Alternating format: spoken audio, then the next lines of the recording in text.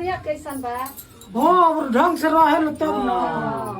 तो पहले रहने पर देखा देता लो ना। हाँ तो बिटिया जाके रहन देखा देता है ससुर के माने लोग बाकी जगह डर लिहाज रखे लोग ए तो उठ के तन मुड़ी मुड़ी झाड़ दो का बैठल बाड़ी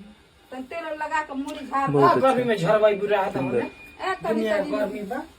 तनी परेशान करता रु पतो ही के बड़ा गर्मी बा।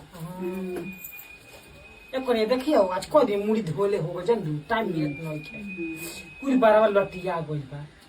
को दिन से कहत नतिया के रे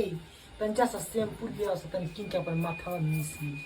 दुल्हन कहे कि रौरा जोगावे वाला है तो का माथ में संभाली गानी का करी हो तब टाइम मिलत है टाइम रौरा मिले किन के कोई नहीं जोगाई लाल बना रहे बहुत जोगावे यहाँ तो बड़ी छत्तीसी है तनी बढ़िया से छुआई है